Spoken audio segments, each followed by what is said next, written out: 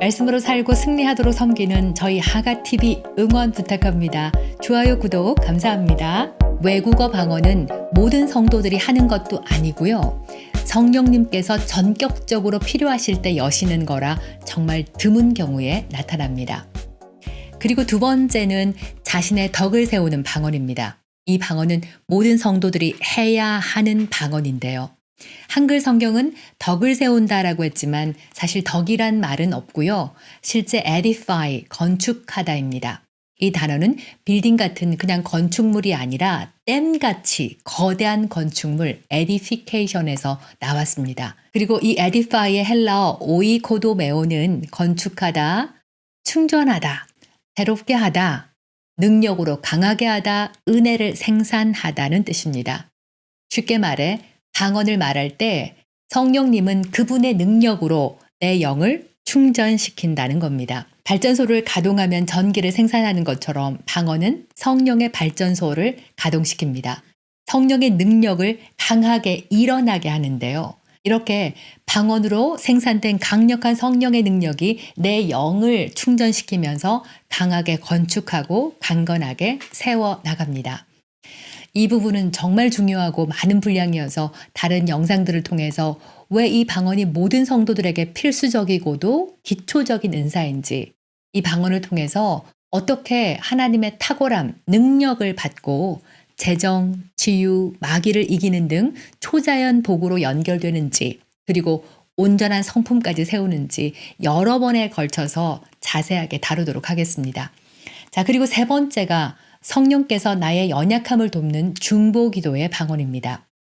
연약함의 헬라어 아스테네이아는 질병이나 몸의 연약함, 또 이해나 필요한 일을 하는데 혼의 능력의 모자람, 성공하고 위대한 성취에 필요한 능력과 힘의 부족함, 부도덕한 욕망들을 절제하지 못하는 연약함, 그리고 무엇보다 시행착오들이나 문제를 감당할 수 없는 연약함을 다 포함하고 있습니다. 그러니까 방언할 때 포괄적이고도 종합적인 나의 연약함을 성령님께서 직접 친히 중보해 주시는 것이 이 방언 기도입니다. 보통 이 기도는 말로 표현할 수 없는 탄식, 신음, 눈물, 심정이 무너져 내리는 고통이 동반되기도 하는데요. 큰 문제나 위험이 코앞에 닥쳤지만 사람은 자신의 미래를 알 수 없죠. 그래서 몰라서 기도하지 못하는 것들을 성령께서 직접 간절하게 기도해 주시고요. 그 현장에서 기적을 행하십니다. 예를 들어서 어떤 한 분이 말씀을 해 주셨는데 딸이 대기업의 시험에 최종 면접까지 됐다는 거죠. 그래서 그 전날 열심히 기도를 해야 되는데 딸이 합격하게 해주세요라고 기도를 하려고 했지만 이상하게 새벽까지 눈물이 터지고 막 심장이 뛰고 불안하면서 굉장한 탄식과 함께 방언 기도가 멈추지 않았다고 합니다.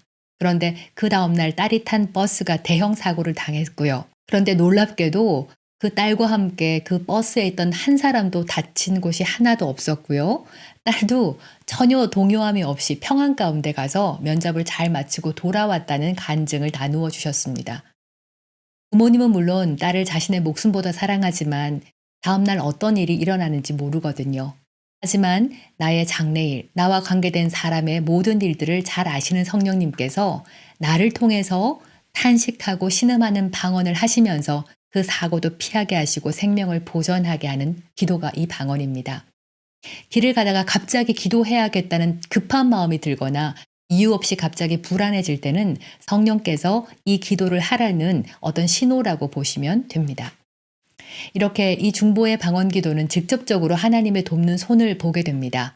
그러니 미리 날마다 규칙적으로 방언한다면 나의 영혼육뿐 아니라 나와 관계된 모든 분야의 연약함들을 도우시는 강력한 하나님의 능력, 성령의 일하심을 누릴 수 있습니다. 이 방언도 누구나 다 할 수 있습니다. 그리고 마지막 네 번째가 통역을 위한 방언인데요. 이 방언은 반드시 통역이 따라오고요. 그 통역은 예언과 같습니다. 일반 성도들은 방언 후에 한국어 문장으로 해석하듯이 통역이 나타나는 경우도 있고요. 또 전문적으로 방언의 통역 은사를 받은 사역자들도 있습니다. 이 부분은 성령의 인도의 방법들 중에서 예언과 함께 또 자세하게 다루겠습니다. 이렇게 방언은 네 종류가 있는데요. 근데 가끔씩 그 고린도전서 12장 30절 말씀으로 다 방언을 말하는 자이겠느냐, 다 통역하는 자이겠느냐는 말씀으로 모든 성도가 다 방언할 필요 없다고 말씀하시는 경우도 있습니다. 하지만 이 방언의 4가지 종류 중에 자신의 덕을 세우는 방언, 중보기도의 신음의 방언 2가지는 누구나 할 수 있고요. 또 해야만 하고요. 외국어 방언, 통역을 위한 방언은 누구나 다 할 수도 없고 하지 않아도 됩니다. 그래서 모두가 모든 종류의 방언을 다 하는 것이 아니라고 말씀하신 겁니다. 자, 그래서 오늘 말씀의 요점은 구약에서는 주님은 눈에 보이는 표적들과 외국어 방언으로 그분의 역사를 나타내셨지만 성령이 내주하시는 신약의 성도는 영으로 인도받을 수 있다. 그리고 방언은 모두가 해야 하는 자신의 덕을 세우는 방언, 중보기도의 신음의 방언이 있고 특정한 이들에게 나타나는 외국어 방언과 통역을 위한 방언, 이렇게 4가지가 있다입니다. 함께 기도하겠습니다. 주님, 저도 성령의 충만함으로 날마다 방언하게 하실 것을 믿습니다.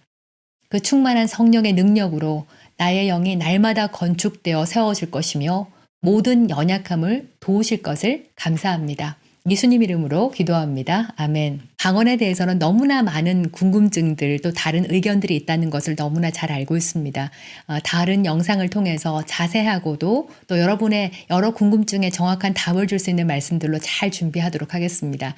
조금씩 인내하시면서 심령을 열고 베레아 사람들이 말씀을 알기 원해서 간절한 마음으로 성경을 찾는 그런 심정으로 말씀을 함께 해주시길 부탁드리겠습니다. 저희 하가TV를 통해 이런 진리들을 더욱 강하게 나눌 수 있도록 좋아요, 구독으로 힘을 주시고요. 또 소문도 많이 내주십시오. 함께 해주셔서 감사드리고 다음 영상에서 또 뵙겠습니다. 할렐루야.